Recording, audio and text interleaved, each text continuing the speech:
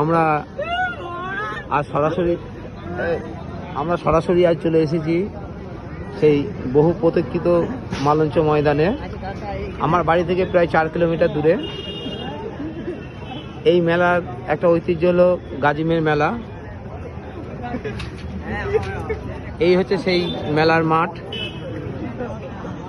এই মেলাটা অনুষ্ঠিত হইবে আগামী রবিবার, মানে আজ হচ্ছে শুক্রবার, শনি কাল বাদে পরশু।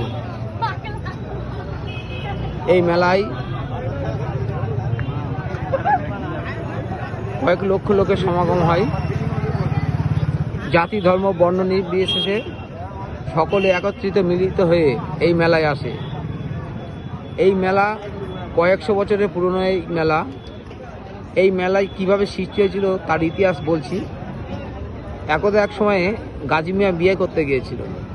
তা হঠাৎ ওই মেয়েকে তার ভাগ্নে নাকি ছুঁয়ে দিয়েছিল, দিয়ে বিয়েটা আর হয়নি। তাই সেই বাঁশেরই বিয়েটা কিন্তু এখানে হয়।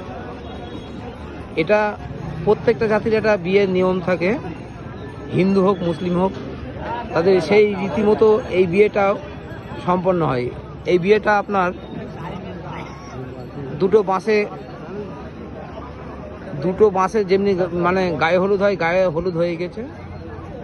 এই মেলায় প্রায় কয়েক লক্ষ লোকের সমাগম হয়। এই মেলায় প্রধান বৈশিষ্ট্য, এই মেলায় কিন্তু প্রচুর পরিমাণে, অর্থাৎ শান্তিপুরের আম আর কাঁচামেটে আম আর লিচু বিক্রি হয়। আর তালের শ্বাসটা বিক্রি হতো, কিন্তু কালক্রমে সেটা হারিয়ে গেছে। আর মিষ্টির দোকানে কিছু জিনিস হারিয়ে গেছে, সেটা যে কদম আর পক্কানটা সম্পূর্ণ রূপে হারিয়ে গেছে। কিন্তু তার বদলে এসেছে অনেক চাইনিজ খাবার।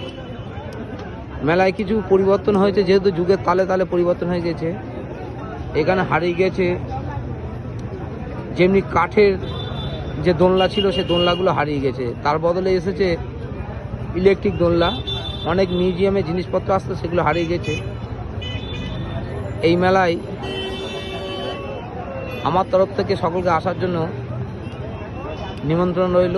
আপনারা মেলা দেখবেন, মেলার প্রাঙ্গণে এসে আনন্দ করবেন এবং অপরকে আনন্দ করার সুযোগ করে দেবেন। এই বলে আমি আমার কথা এখানেই শেষ করছি। পরবর্তী ভিডিও পেতে আমাদের ফেসবুক লাইভ